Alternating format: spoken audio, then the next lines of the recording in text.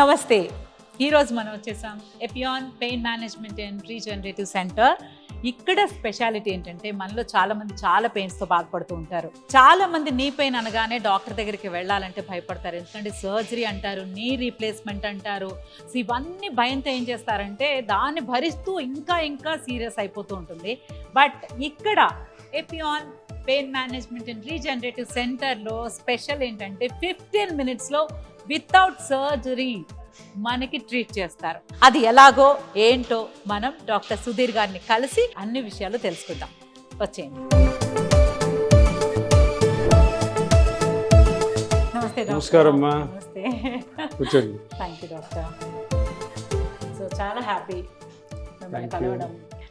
మెయిన్గా ఏంటంటే మీ వల్ల ఎంతోమంది హ్యాపీగా వాక్ చేస్తున్నారు, హ్యాపీగా లైఫ్ స్టైల్ లీడ్ చేస్తున్నారు. అండ్ ఇంకా చాలా చాలా స్పెషల్గా ఫీల్ అయ్యే విషయం ఏంటంటే మీ శిష్యులు చాలామంది ఉన్నారు, అందులో చాలామంది నేను కలిశాను కూడా. సో గ్రేట్ ఫీలింగ్ ఈరోజు. So really very very happy. So ఇప్పుడు పెయిన్ అనగానే చాలామంది ఇంక్లూడింగ్ మీ, నేను కూడా డాక్టర్ అనగానే అమ్మో సర్జరీలు అంటారేమో, అది అంటారేమో, ఇది అంటారేమో అని చాలా కంగారు పడతాం కదా. సో అలా లేకుండా ఒక ట్రీట్మెంట్ తీసుకురావడం అనేది అసలు ఎలా సాధ్యమైంది? ఇప్పుడు మీరు పెయిన్ అన్నారు కదా, దీని మీద పెద్ద పెద్ద అపోహలు ఉన్నాయి, చాలా తప్పులు జరుగుతున్నాయి. ప్రజల యొక్క ప్లస్ డాక్టర్స్ యొక్క పర్స్పెక్టివ్, దృక్పథము దీని గురించి చాలా రాంగ్ అయిపోతుంది. ఏంటంటే నొప్పి అనగానే అది దీర్ఘకాల నొప్పి. దీనికి ఒక మనిషి అనుకునే ఆ విధానము అండ్ ఇది నొప్పి ఎందుకు వచ్చింది అన్న విధానము పలు విధాలుగా రాంగ్ వేస్లో పోతుంది. నొప్పి అనగానే ఏంటంటే అది మనకి ఏదో సంకేతం ఇస్తుంది. నీ బాడీలో ఏదో ఒకటి పార్ట్ నీకు ఒక వార్నింగ్ సైన్ ఇస్తుంది, బాస్ ఇది ఏదో చూడు దీని సంగతి. దాన్ని మనము చాలామంది అంటే దగ్గర 80% మన ఇండియాలో అవుట్ సైడ్ కంట్రీస్లో కూడా ఇలాగ ఉంటుంది. ఏదో పెయిన్ కిల్లర్ వేసుకొని సప్రెస్ చేసేద్దాము, పెయిన్ కిల్లర్ వేసుకొని సప్రెస్ చేసుకొని పనిలో పడిపోదాము. మీరు ఎన్నో షూట్స్ చేస్తుంటారు, హెడేక్ వస్తుంది, టక్కన ఒక ఏదో పారాసిటమాల్ వేసుకొని, ఎందుకంటే వర్క్ ఇంపార్టెంట్ అక్కడ. కానీ మనం ఆలోచించేది ఏంటంటే ఏదో కంటిన్యూస్గా వస్తుంది హెడేక్ అంటే ఏదో చెప్తుంది మనకి, అంత ఈజీ కాదు అన్నది ప్రజల్లో అవేర్నెస్ లేదు, డాక్టర్స్లో కూడా అవేర్నెస్ లేదు. చాలామంది డాక్టర్స్ పెయిన్ మేనేజ్మెంట్ అన్నది ఒక డిపార్ట్మెంట్ స్పెషాలిటీ ఎలా వచ్చిందంటే ఈ పెయిన్ని సులువుగా తీసుకోవద్దు, పెయిన్ని చాలా సీరియస్గా పరిగణించుకొని ఒక 10-15 రోజుల కంటే ఏదైనా ఒక నొప్పి ఎక్కువ మిమ్మల్ని బాధ పెడుతుందంటే తప్పకుండా దాని గురించి తెలుసుకోండి, దాన్ని విశ్లేషించండి, దాన్ని అనాలిసిస్ చేసుకుని దాన్ని డయాగ్నోస్ చేసుకోవాలి. అది డాక్టర్లో కాదు, ఫస్ట్ ప్రజల్లో రావాలి. ఎస్ ఇది ఏదో చెప్తుంది, నాకు మోకాలు నొప్పి వచ్చింది, నాకెందుకు మోకాలు వచ్చి 35-40 yearsలో మామూలేలే ఏదో ఎక్కువ నడుచుంటాను లేదంటే స్ట్రెస్లో ఉన్నాను కాదు. 10 రోజులు 15 రోజుల తర్వాత నొప్పి ఉంటే తప్పకుండా మీ హక్కు ఏంటంటే తప్పకుండా దానికి సంబంధించి టెస్ట్ చేసుకొని దాని మూల కారణం కనుక్కోవాలి. అది కనుక్కున్నప్పుడు నిజంగానే మీరు అన్నారు కదా ఇందాక, అమ్మో నొప్పిని వెళ్తే ఆపరేషన్లు అంటారని, ఆ ఆపరేషన్లు ఆగిపోతాయి. ఆగాలి. నా ముఖ్య ఉద్దేశం ఏంటంటే బాడీలో జబ్బు రూపంలో కానీ ఏ నొప్పి అయినా కూడా, జబ్బు కానీ ఏ నొప్పి అయినా కూడా ఆపరేషన్కి వెళ్ళకూడదు. జబ్బు ఉంది, మీకు అపెండిక్స్ ఉంది, లేదంటే ఏదైనా క్యాన్సర్ వచ్చింది, అది తీసేయాలి తప్పకుండా. కానీ ఈ మన డే టు డే లైఫ్లో జరుగుతున్న పనుల వల్ల వచ్చే అరుగుదలకి జబ్బు కాదు అది, దానికి ఆపరేషన్స్ పోకూడదు. అది ముందే కానీ మనం తెలుసుకుని ముందే కానీ మనం జాగ్రత్త పడితే ఈ సర్జరీస్ అన్నీ ఉండవు. ఆ సర్జరీస్ వల్ల జరిగే కాంప్లికేషన్ సైడ్ ఎఫెక్ట్స్ కూడా మనం లోన్ అవ్వాల్సిన అవసరం లేదు. కానీ మీరు నాకంటే 99.9% పీపుల్ తగ్గిపోద్దులే అబ్బా పర్లేదులే అనుకుని అడ్జస్ట్ అయ్యే వాళ్ళు ఉంటారు. ఇంకా 1% అలా లేదు కొంచెం మరి హెల్త్ భరించలేకపోతున్నాం అంటే తప్పితే రావు. ఇప్పుడు సెల్ఫ్ హీలింగ్ అన్నది 10 రోజులు అయిపోతుంది. దాని తర్వాత అది మనల్ని బాధ పెడుతుంటేనే జాగ్రత్తగా ఉండాలి. సో కొన్నిసార్లు ఏముందంటే మనం అనుకుంటాము, ఏదో వెళ్తాము, చూస్తాము, డాక్టర్ని చూస్తాము, ఏదో చేస్తారు, ఏదో మందులు పడతారు, చేస్తాము, అలా అలా అలా అలా. మీరు అడిగిన క్వశ్చన్ ఏంటంటే ఫైనల్గా ప్రాబ్లం వచ్చింది, అక్కడ కూడాను పెద్ద పెద్ద ఆపరేషన్కి వెళ్ళాల్సిన అవసరం లేదు. ఓకే. సో ఇప్పుడు మనం జనరల్గా పెయిన్ మేనేజ్మెంట్లో మాట్లాడేది అంతా కూడాను joints pains, spine pain, tendons, ligaments, muscles, ఇతరత్ర సాఫ్ట్ టిష్యూస్ ఉంటాయి కదా, వీటి నుంచి వచ్చే పెయిన్లే 80%. ఏదైనా ఒక కార్పొరేట్ హాస్పిటల్కి వెళ్ళాము అంటే 100-80 మంది పేషెంట్ వీటితోనే వెళ్తారు. పాయింట్ ఏంటంటే అక్కడ ఒక కార్పొరేట్ హాస్పిటల్లో, ఒక పెద్ద కార్పొరేట్ హాస్పిటల్లో ఒక రోజుకి 1000 మంది పేషెంట్లు లోపలికి వెళ్ళారంటే 900 మందికి జబ్బు ఉండదు. అంటే అదేంటి సార్, జబ్బు లేనివాడు హాస్పిటల్కి ఎందుకు వెళ్తున్నాడు? ఇవి జబ్బులు కాదు, నొప్పులు. 90% ఈ క్రానిక్ పెయిన్స్ వెళ్తారు. సో ఒకవేళ నేను స్టార్టింగ్లోనే వచ్చేస్తే ఈజీగా క్యూర్ అయిపోతుంది అంటారు కదా. స్టార్టింగ్ పెయిన్ వచ్చింది, ఏ పెయిన్స్ అయినా కూడాను రూట్ కాజ్ కనుక్కోవాలి. రూట్ కాజ్ కనుక్కుంటే ట్రీట్మెంట్ చాలా ఈజీ. కానీ రూట్ కాజ్ కనుక్కొని ఆ పార్ట్ని కోసేసి తీయడం, దాన్ని కుట్లేయడం, అటువంటి పనులు చేయకూడదన్నదే ఈ ప్లాస్మా థెరపీ చెప్తుంది. ప్లాస్మా థెరపీ ఏం చెప్తుంది, మీ బాడీలో ఇప్పుడు పొలం ఉంది, పొలంలో కలుపు ఉంది, మనం కలుపుని ఏరి పీకుతాం, పొలం అంతా పీకం కదా. ఇదే కాన్సెప్ట్ నేను అందరు మా పేషెంట్లు అందరికీ సింపుల్. ఎక్కడైతే మీకు ప్రాబ్లం ఉందో అక్కడ ఈ ప్లాస్మా థెరపీతో అది కూడా తీసేది లేదు, దాన్నే రికవర్ చేయడం, దాన్నే కరెక్ట్ చేయడం. సో తీసేది లేదు, పెట్టేది లేదు. మన బ్లడ్లోని ఆ సెల్సే మనకి శ్రీరామ రక్ష. ట్రీట్మెంట్ టైం ఎంత ఉంటుంది డాక్టర్ మామూలుగా? Treatment time 10 to 15 minutes. 10 to 15 minutes. ఇప్పుడు ఒక్కొక్కరికి ఒక సిట్టింగ్, 2 సిట్టింగులు, 3. ఎప్పుడైతే వాళ్ళు సిట్టింగ్కి వస్తారో వాళ్ళని మేము ఆపరేషన్ థియేటర్లో ఆ ఇంజెక్షన్ చేసే టైం 15 నిమిషాల కంటే ఎక్కువ ఉండదు. ఒక ½ an hour అబ్జర్వేషన్ పెట్టుకొని వాళ్ళతో ఊరికే మంచిగా మాట్లాడి జాగ్రత్తలు చెప్పి పంపించేస్తాం. ఓకే. అంటే 1 hour కంటే ఎక్కువ హాస్పిటల్ ఉండాల్సిన అవసరం లే. Procedure time 10 to 15 minutes. Okay. ఒక స్పెషల్ ట్రీట్మెంట్ ఉంటేనే ఈ ప్లాస్మా థెరపీ సక్సెస్. ఇప్పుడు చాలామంది డాక్టర్లు ప్లాస్మా థెరపీ కదా మేము కూడా చేస్తాము, కొంచెం బ్లడ్ తీసుకోవడమే కదా, తీసుకొని ప్రాసెస్ చేసి ఇట్లా వేయడమే కదా గుడ్డిగా అని చేసేవాళ్ళు చాలామంది ఉన్నారు. అటువంటి వాళ్ళ దగ్గర చేసుకుంటే తప్పకుండా ఫెయిల్ అవుతుంది. ఈరోజు ఒక పేషెంట్ వచ్చారు, ఆవిడ ఎక్కడో నాగోల్లో ఒక 3 ప్లాస్మా థెరపీ ఇంజెక్షన్లు తీసుకున్నారు, ఏమీ ఉపయోగం లేదు. నేను అడిగానమ్మా, మీరు ఇప్పుడు ఇంజెక్షన్ తీసుకున్నారు ఉపయోగం? ఏమీ ఉపయోగం లేదు సార్ అని. ఏం చేశారమ్మా అంటే, ఏం చేయలేదు సార్, నొప్పి ఉందని వెళ్ళాను, మోకాల్లో నొప్పి ఉందంటే వాళ్ళు నా బ్లడ్ తీసుకొని ప్రాసెస్ చేసి ఇంజెక్షన్ వేశారు. స్కాన్ చేశారా? లేదు. స్కానింగ్ గురించి మీకు ఎక్స్ప్లెయిన్ చేశారా? లేదు. స్కానింగ్ గురించి ఎక్స్ప్లెయిన్ చేసి ఏమైనా మెజర్మెంట్స్ చేసి మీకు ఒక ప్రోటోకాల్ తయారు చేశారా? లేదు. మీరు ఇంజెక్షన్ చేస్తున్నప్పుడు వేరే మిషన్స్ ద్వారా చేశారా? లేదు. బ్లైండ్గా చేసి పంపించారు. పాపం ఆవిడ 3 ట్రీట్మెంట్లు, టైం వేస్ట్, డబ్బులు వేస్ట్, ప్లస్ సఫరింగ్. తర్వాత ఫైనల్గా ఫెయిల్ అయిపోయిందని నమ్మకం డిసప్పాయింట్మెంట్, డాక్టర్స్ మీద నమ్మకం పోతుంది. సో కానీ తర్వాత తను నా వీడియోస్ చూడడం వల్ల మళ్ళీ వచ్చి నాతో 1 hour మాట్లాడి, మరి ఇట్లా చేసుకున్నాను సార్ నేను, నాకు పని చేయలేదంటే, లేదమ్మా నువ్వు చేసుకున్న డాక్టర్ కరెక్ట్ కాదు, నువ్వు చేసిన విధానం కరెక్ట్ కాదు, ఆయనకి తెలియదు, ఆయన ఏదో నీకు మంచి చేయాలని ట్రై చేశారు కానీ పద్ధతి కాదు అది. ఎందుకంటే ఆ ఫైనల్గా తెలిసిందంటే ఆయన ఆపరేషన్ చేసే డాక్టర్, ఆపరేషన్ చేసే డాక్టర్కి ఇంజెక్షన్స్ మీద నమ్మకాలు ఉండవు. నువ్వు అడుగుతావు కాబట్టి చేస్తారు. ఇప్పుడు మీరే వెళ్ళారు, మీరు ఒక ఆపరేషన్ చేసే డాక్టర్ దగ్గరికి వెళ్ళి, సార్ నాకు మోకాలు నొప్పి ఉంది, ఈ ట్రీట్మెంట్ చాలా ఫేమస్ అయింది కదా, ఇది మీరు చేస్తారంటే, అరే మనం ఎందుకు చేయకూడదు, సింపుల్ ఇంజెక్షన్ కదా, నో అని ఎందుకు పేషెంట్ మిస్ చేసుకోవాలని చేస్తున్నారు. నేను చెప్పేది పేషెంట్స్ అందరికీ ఏంటంటే, ఎప్పుడు అటువంటి డాక్టర్స్ దగ్గరికి వెళ్ళొద్దు. ఎవరైతే దాన్ని కరెక్ట్గా విశ్లేషించి, కరెక్ట్ స్కానింగ్ చేసి, కరెక్ట్గా ఎక్స్ప్లెయిన్ చేసి, కరెక్ట్ ఫాలోఅప్ చేసి, అన్నిటికంటే ముఖ్యం ఏ డాక్టర్ అయితే నేను ఎప్పటికి కూడా నిన్ను ఆపరేషన్కి పంపించను అన్న డాక్టర్ దగ్గర చేసుకోండి. సో ఇవన్నీ చాలా ఇంపార్టెంట్. దీని పేషెంట్ ఎడ్యుకేషన్. ఈరోజు మన ఇద్దరు మాట్లాడుకున్నామంటే పేషెంట్కి తెలియాలి. సో పేషెంట్స్ ఎవరైతే బాధపడుతున్నారో వాళ్ళకి ఎలా ఈ ట్రీట్మెంట్ ఎక్కడ తీసుకోవాలి, వాళ్ళు డాక్టర్ని ఏం క్వశ్చన్స్ అడగాలి, ఆ డాక్టర్ చెప్పిన తూచా తప్పకుండా జాగ్రత్తలు పాటించాలి. అసలు ఎక్కడికి వెళ్తున్నామో, మనం ఏం చేయించుకోబోతున్నాం అనేది ఒక క్లారిటీ పేషెంట్కి ఉండాలి, అంత తెలియాలి. ఇప్పుడు నేను మీ షోల్డర్ ట్రీట్ చేస్తున్నానంటే నాకు మీ షోల్డర్ మీద ఎంతైతే సైంటిఫిక్ అవగాహన ఉందో మీకు కూడా వచ్చేటట్టు చేసే బాధ్యత నాది. డాక్టర్గా నేను చెప్పలేదు అనుకో, ఈ ట్రీట్మెంట్ పనిచేయదు. అంత చెప్పాలి, నేను అంత చెప్పాలి, మీకు అది అర్థం అవ్వాలి. ఏదో డాక్టర్ దగ్గరికి వెళ్ళాము, డాక్టర్ దేవుడు అని చెప్పి ఒక ఇంజక్షన్ అయితే కానీ ధర్డ్ అని మ్యాజిక్ లాగా మంత్రంలా అవుతుంది. ఆ చింతకాయలు ఏమి రాలవు.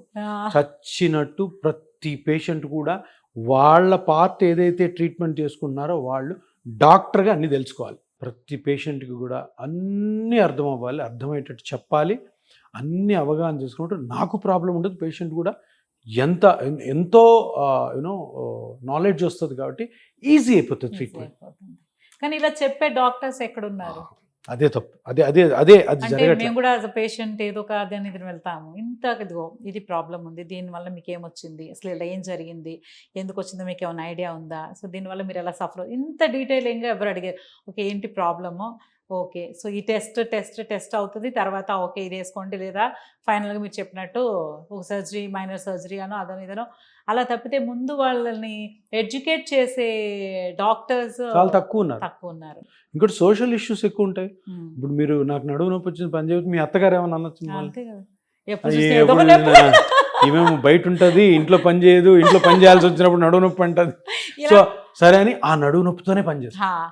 ఇంతకు ముందు మీరు ఒక పేషెంట్ చూసి ఉంటారు, కర్ర పట్టుకుని వచ్చింది, ఆమె 60 years, 61 ఉంది, ఇట్లా నడుస్తుంది. ఎవరున్నారమ్మా మీ ఇంట్లో అంటే, మా ఆయన నేను సార్, పిల్లలు ఎక్కడున్నారంటే వాళ్ళు ఏదో గోదావరి కన్నులో ఉన్నారు, మాదేమో మంతని ఊరు అనిన తర్వాత ఎవరు పని చేస్తారంటే అన్నీ నేనే చేస్తాను. ఎందుకమ్మా చేస్తాను అంటే, ఇంకెవరున్నారు, ఎవరు చేస్తారంటే, సరే బాగానే ఉంది, నువ్వు ఇట్లా అనుకుంటూ చేస్తున్నావు, నువ్వు మంచం మీద పడిపోవడానికి ఒక నెల 2.5 ఉంది, దాని తర్వాత ఎవరు చేస్తారమ్మా, దాని తర్వాత వాళ్ళు ఇష్టం అన్నాడు. తప్పది. 60 yearsకి చాలా చిన్న వయసు, మెడికల్లో 60 years అలా నడవడం అన్నది పెద్ద నేరము. ఎవరికి? మన సమాజం, మనం అందరూ రెస్పాన్సిబుల్ దానికి. నేను అన్నా వాళ్ళ కొడుకు చూస్తే, బాబు ఇది ఏంటి ఇది, ఆమె ఏదో 80 ఏళ్ళలాగా నడుస్తుంది, 80 ఏళ్ళు కూడా బాగా నడుస్తారు, ఇది చాలా తప్పు. వెంటనే మీరు ఆ ఇంట్లో ఒక పని మనిషి మార్నింగ్ డ్యూటీ, లేదంటే మీ అమ్మ నాన్న తీసుకెళ్ళి నువ్వు ఇంట్లో పెట్టుకో. ఎందుకంటే ఇప్పుడు అన్ని మ్యాజికల్లా చేయలేం కదా. వెంటనే ఆ మాట మీదనే ఆమె ట్రీట్మెంట్ నేను ఒప్పుకున్నాను, లేదంటే చెయ్యం. ఇప్పుడు చూడు, పేషెంట్ మన దగ్గరకు వచ్చారు, చేసేద్దాం ట్రీట్మెంట్ అన్న తర్వాత ఏమవుద్ది, చేశాడు, పని చేసుకోమన్నాడు, నేను పని చేస్తాను. ఇప్పుడు భర్త కూడా అలాగే ఉంటాడు, ఓల్డ్ ఏజ్ ఆయన కూడా పాపం డిపెండ్ అయిపోయి ఉంటాడు. చెయ్యి, అది చెయ్యి, పేపర్ ఇవ్వు, కాఫీ తీసుకురా, నీళ్లు పెట్టు, స్నానానికి ఇచ్చే అని. ఇంకా ఆమె అలాగే ఏదో రోజు బెడ్ రిటర్న్ అవుద్ది. బెడ్ రిటర్న్ అయినాక ఎవరు చూసేవాళ్ళు ఉండరు. ఓల్డ్ ఏజ్ హోమ్కి వెళ్ళడం, లేదంటే ఆమెను తీసుకెళ్ళి మీ ఇంట్లో పెట్టుకుంటావు అది కోపంతో. సో అందుకని ఇప్పుడే, ఎందుకంటే ఒక ఏజ్ తర్వాత ఈ ఓల్డ్ ఏజ్ హోమ్ కాన్సెప్ట్ బాగా డెవలప్ అవడానికి రీజన్ ఏంటంటే, ఎల్డర్లీ పీపుల్ వాళ్ళ పనులు వాళ్ళు యాక్టివ్గా చేసుకోలేకపోవడం కూడా ఒక రీజన్. అంతే. అంటే మొత్తం ప్రజల్లో ఒక అవగాహన ఉండాలి, తప్పకుండా రావాలి. ఇది వచ్చిన రోజు రియల్గానే మెడికల్ హెల్త్ కేర్ హెల్ప్ తగ్గిపోతుంది. అదే మన సొసైటీకి డెవలప్ అవుతుందంటే ముఖ్యమైన, కానీ హాస్పిటల్ ఖాళీ ఉండాలి, హాస్పిటల్ ఫుల్గా ఉండకూడదు. ఇప్పుడు హాస్పిటల్ ఫుల్ ఉందంటే అర్థం ఏంటి, ప్రివెంటివ్ మెజర్స్ తీసుకోవట్లేదు, హెల్దీ కండిషన్స్ ఎవరు పాటించట్లేదు, అన్నీ అన్హెల్దీ చేస్తున్నారు, జబ్బులు పాలవుతున్నారు, నొప్పులు వస్తున్నాయి, హాస్పిటల్కి వెళ్ళి ఈ ఆపరేషన్ చేస్తారు. ఎప్పుడైతే హాస్పిటల్ ఖాళీగా ఉన్నాయో, ఇప్పుడు ఇక్కడ కార్పొరేట్ హాస్పిటల్ ఉంది, 1000 బెడెడ్ హాస్పిటల్, సార్ మా హాస్పిటల్ ఎప్పుడు నిండిందని అంటే ఆ సిటీ మంచి సిటీ కాదని అర్థం. అసలు మాకు పేషెంట్లే లేరు అన్న ఊరు సూపర్ ఊరు. నాకు 5 centers ఉన్నాయి. నేను బెంగళూరు మంత్లీ 2 days వెళ్తాను, చెన్నై 2 days వెళ్తాను, ఇంకా వేరే సెంటర్స్ ఉన్నాయి అక్కడికి వెళ్తాను. నాకు ఎక్కడో ఏదో ఇప్పుడు 50 cross అయింది, నాకు ఎక్కడో దగ్గర పెయిన్ ఉంటుంది. నేను ఫస్ట్ జాగ్రత్తగా ఉండాల్సింది, నేను ట్రావెల్ చేసేటప్పుడు నా వైఫ్కి తెలియకూడదు. నా వైఫ్కి నొప్పి అనంటే పంపించదు. అక్కడేం పేషెంట్స్ వెయిట్ చేస్తుంటారు, మనకి ఏదో షోల్డర్ పెయిన్, బ్యాక్ పెయిన్ ఏవో ఉంటాయి కదా చిన్నవి, అవి నొప్పి ఉన్నా కూడా లేనట్టు యాక్షన్ చేస్తాం అనమాట. లేదు నొప్పి ఉంది అని తనకు తెలిసి నాకు రేపొద్దున ట్రావెల్ ఉందంటే పంపించదు. సో అందుకని నేను ఫస్ట్ దాచాల్సింది నా వైఫ్ దగ్గర. అలాగే మీరు కూడా షూట్లో ఉన్నప్పుడు డైరెక్టర్ తెలిసింది అనుకో, అమ్మ లేదులేమ్మా రెస్ట్ తీసుకో రేపు రా అంటారు. ఉండవు, చేయాల్సిందే. ఎందుకంటే మన చుట్టూ ఒక 50 members అందరూ ప్రిపేర్ అయి ఉంటారు. సో ఎవరిని డిస్టర్బ్ చేయకూడదు. మనకి రెస్ట్ దొరికిన మీరు లీడ్ క్యారెక్టర్స్ ఉంటాం, సీన్లు అన్నీ ఉంటాయి, నుంచునే ఉండాలి, అరవాలి, ఏడవాలి, అంత ఎనర్జీ మొత్తం ఇలా పెట్టుకుని అమ్మాయి షార్ట్ అయిపోయింది, ఇలా అయిపోతాం, మళ్ళీ షార్ట్ సో దీనివల్ల మళ్ళీ డాక్టర్ దగ్గర రావడానికి మళ్ళీ కొన్ని చెప్పినట్టు సెల్ఫ్ హీలింగ్ తగ్గిపోద్ది, పర్లేదులే మళ్ళీ పర్వాలేదు. వచ్చినప్పుడు చూసుకుందాంలే మ్మ్. అని ఇగ్నోర్ చేసే వాళ్ళు 99.9%. అందరు అంతే, ఎందుకంటే కెరియర్ ఇంపార్టెంట్ అందరికి జాబ్ ఇంపార్టెంట్. నాకు నొప్పి ఉంది నేను చేయలేను అంటే వాళ్ళు ఏమంటారు తెలియదు, అవును. ఈమె ఎప్పుడు నొప్పులు అంటుంటది, ఆ, ఈమె చేయగలదా లేదా, అంతే. అదొక సాకు పెట్టి అదొక మళ్ళీ సాకు పెట్టి మనకి జాబ్ జాబ్ దొరకకపోవచ్చు. ఉండకపోవచ్చు, చేసేది మనం చేయకపోతే ఎప్పుడు చూసినా రీజన్స్ ఎక్స్క్యూజెస్ ఎక్కువైపోయినానో ఏదో ఒకటి ఉంటుంది. బట్ ఆ మంచి పేరు తెచ్చుకోవాలనే ప్రయత్నంతోనే మొత్తం Yes, yes. లైఫ్ ని కానీ ఇది చేస్తాం. చక్కగా బ్యాలెన్స్ చేసుకోవచ్చు. చక్కగా బ్యాలెన్స్ అంటే సింపుల్, రాకెట్ సైన్స్ ఏం లేదు. అది. మీరు బిజీ మీరు యూనో యాక్టర్స్ ఇంటి పని చేయొద్దు, అది. సింపుల్ ఎక్కడో ఒక చోట రెస్ట్ ఇవ్వాలి. ఇప్పుడు బాడీ దేవుడు మీకు 124 అవర్స్లో ఎంత వర్క్ చేయాలన్నది స్టిపులేటెడ్ టైం డిసైడ్ చేస్తుంటాడు. మీరు మొత్తం 24 అవర్స్ చేస్తానంటే కోపం వస్తుంది దేవుడికి, అవును. ఏదో ఒకటి పెడతాడు. చక్కగా ఇంటికి వెళ్ళగానే రెస్ట్, పొద్దున్నే కండిషన్ చేసుకొని వర్క్కి రావాలి. ఇప్పుడు మీరు హెవీ డే ఉంది తెలిసిపోయింది మీకు, 10 అవర్స్ వర్క్ చేయాలి, ఒక 40 minutes కండిషన్ మజిల్స్ని. ఇప్పుడు టెన్నిస్ ప్లేయర్స్ ఉంటారు, వాడు గ్రాండ్ స్లామ్ ఫైనల్స్లో Roger Federer Rafael Nadal match ఉంటుంది, 4 hours కండిషన్ చేసుకొని దిగుతారు, దబామని ర్యాకెట్లు ఎత్తుకొని రారు. ఎత్తుకుంటే వాడు మధ్యలో ఒక సెట్ అవ్వగానే పడిపోతాడు. 45 minutes to 1.5 hour మ్యాచ్ రోజు ఫుల్ ఎక్సర్సైజ్ చేసి దిగుతారు. అది కండిషన్ మనం కూడా చేసుకోవాలి. ఫుల్ డే ఉంది, ఇప్పుడు షూట్ ఉంది, మార్నింగ్ నుంచి సాయంత్రం వరకు మనకి ఎక్దమ్ బ్యాక్ టు బ్యాక్ ఉన్నాయి సీన్స్, తప్పకుండా కండిషన్ చేసుకురావాలా. మధ్యలో ఫ్రీక్వెంట్ రెస్ట్లు ఇవ్వాలి. అందుకు టీచర్స్ ఉన్నారు, మోకాళ్ళు అరిగిపోతాయి, ఎందుకు రోజుకి 8 hours నిలబడి ఉండాలి. ఇప్పుడు ఏంటి టీచర్స్కి టార్చర్ ఏంటంటే చైర్లు తీస్తారు, చైర్లు పెట్టకూడదు, ఎందుకు కూర్చొని చెప్తే చదువు రాదంట. ఇదేం కాన్సెప్ట్ నాకు అర్థం కాదు.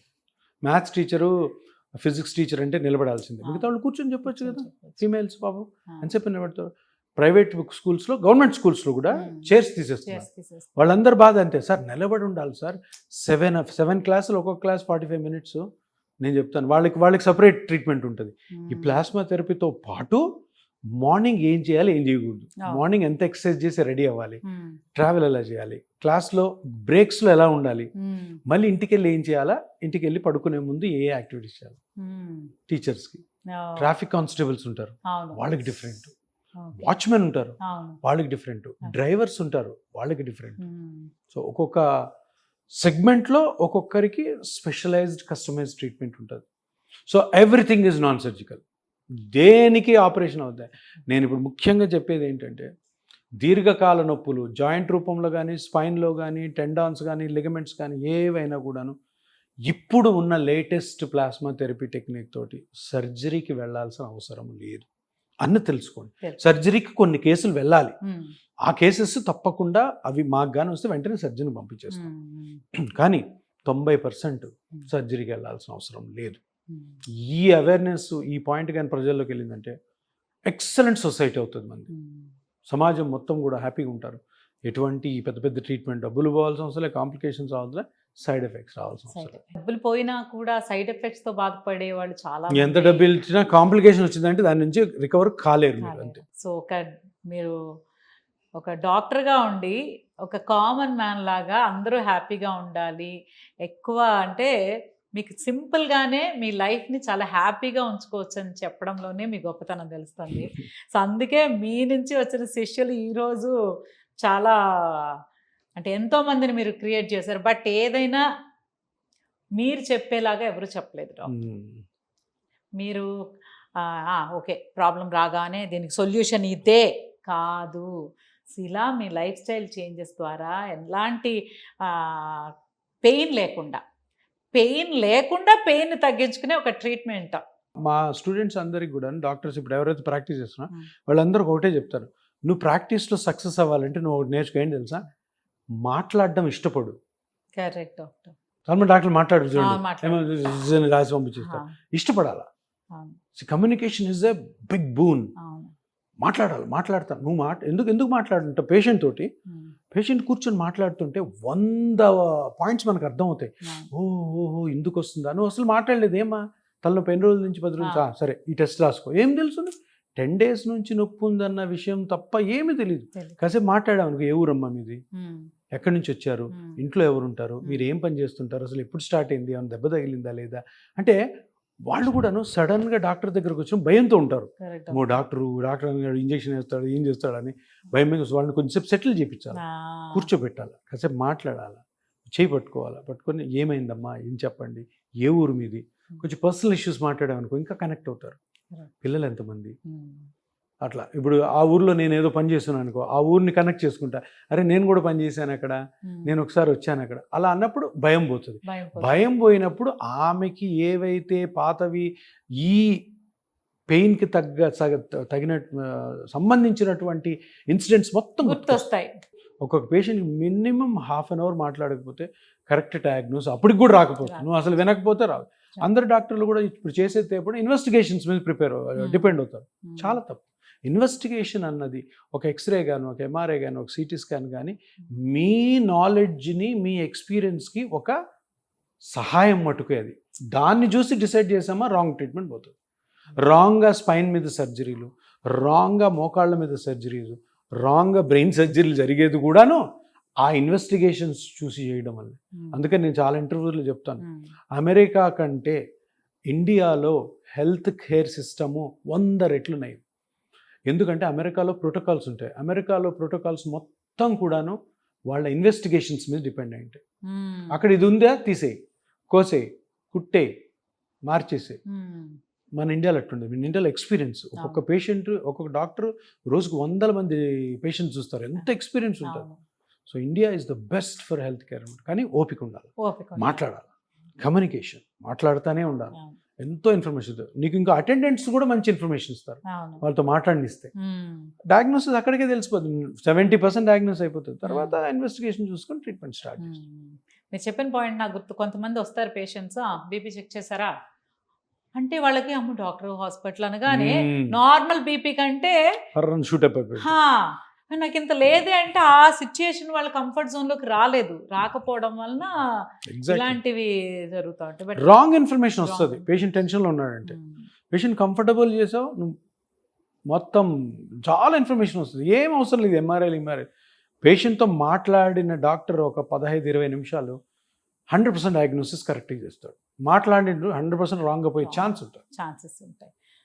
Thank you so much doctor. చాలా చాలా విషయాలు. ఇప్పుడు నేనైతే మా ఇంటికి వెళ్ళి మా ఇంట్లో వాళ్ళకి చెప్తా, నాకు ఏదైనా నొప్పి వస్తే మీరు ఇగ్నోర్ చేయకూడదు, మీరు ఫస్ట్ స్టెప్ తీసుకోవాలి. నేను కొంచెం లేజీగా పర్వాలేదు అన్నా కూడా మీరెవరు దాన్ని ఈజీగా తీసుకోకూడదు. ముందు ఫ్యామిలీ మెంబర్స్ నుంచి సపోర్ట్ స్టార్ట్ అవ్వాలి. ఇంట్లో ఎవరికైనా ఒక నొప్పి అంటే టాబ్లెట్ తెస్తాలే బయటకు వెళ్ళి అనే కాన్సెప్ట్ నుంచి, లేదు దీనికి రీజన్ ఏంటి, భయపడకు, కంగారు పడకు, మనకు ఒక ఇలా ఆప్షన్ ఉంది, ఒకవేళ సీరియస్ అయితే కూడా కంగారు పడాల్సిన అవసరం లేదని చెప్పి ఒక ఫ్యామిలీ బాండింగ్ పెరగాలి. సో ఇప్పుడు మన ఈ కాన్వర్సేషన్, మీతో మాట్లాడిన విషయాలన్నీ మన పబ్లిక్కి చాలా వరకు చేరే ఉంటాయి. సో ప్రతి ఫ్యామిలీకి ఇంపార్టెంట్, ప్రతి మనిషి ఇంపార్టెంట్. ఒక అమ్మ ఇంటికి ఒక వైఫే ఇంపార్టెంట్ కాదు, ఒక వాళ్ళు అలా అని కాదు, ఫ్యామిలీ మొత్తం బాగుంటేనే హ్యాపీ లైఫ్, హ్యాపీ ఫ్యామిలీ.